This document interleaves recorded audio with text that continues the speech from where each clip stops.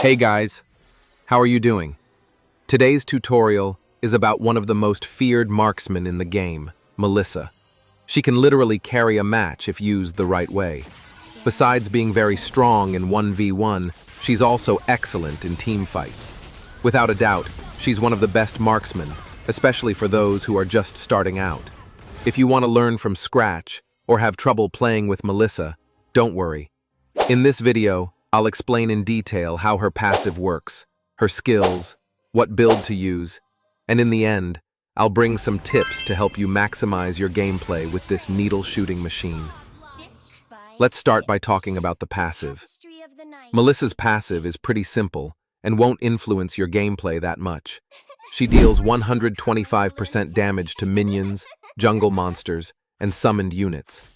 It's nothing insane, but it helps a lot with wave clear and objectives in a way that's almost imperceptible. Now that we understand the passive, let's move on to the skills. In Skill 1, Melissa dashes in the chosen direction and gains attack speed for 3 seconds. It's a pretty simple skill, but it makes all the difference. In Skill 2, she throws muddles in a direction, dealing damage to the first enemy hit and linking nearby enemies for up to 6 seconds.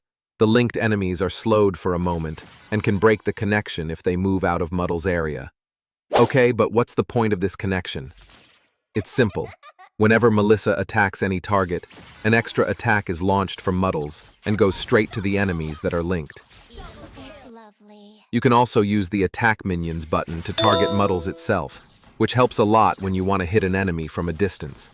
And there's more. This skill has a direct connection with Skill 1. When Muddles is active, the dash from Skill 1 also applies to it. Plus, whenever you deal damage to an enemy hero through Muddles' link, Skill 1's cooldown is reduced by 0.5 seconds. Knowing how to combine these two skills is the secret to really mastering Melissa and making a difference in the match. For her ultimate, Melissa creates a force field around her that repels and stuns enemies that touch it. This field lasts 4 seconds and can move with her once if she's about to leave its limit. This is Melissa's main form of defense, especially against melee heroes.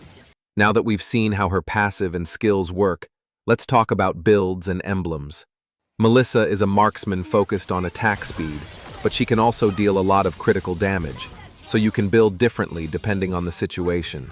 You can go for a crit-focused build with Windtalker, Berserker's Fury, and Haas's Claws as your core, or an attack speed build with Corrosion Scythe, Demon Hunter Sword, and Golden Staff. On top of that, you can finish with items like Malefic Roar, Wind of Nature, Sea Halberd, Rose Gold Meteor, or a defensive item depending on the match.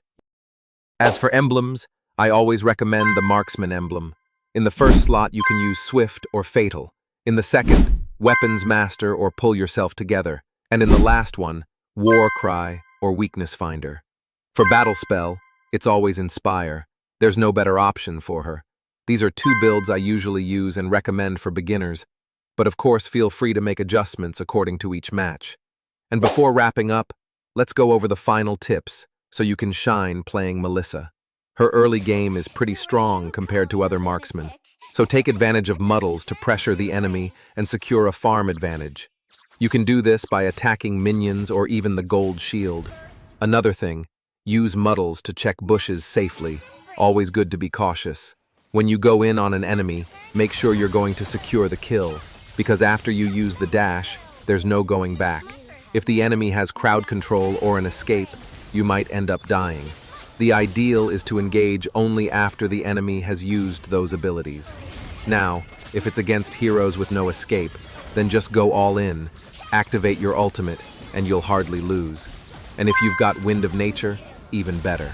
Although her ultimate is her main form of defense, you can also use it offensively because of the stun. And in some areas of the map, you can even use the ultimate to trap enemies against the wall. It's a pretty broken trick if you nail the timing. If you enjoyed this video, leave a like, subscribe to the channel, and turn on the notification bell so you don't miss the next ones. Thank you so much, and see you next time.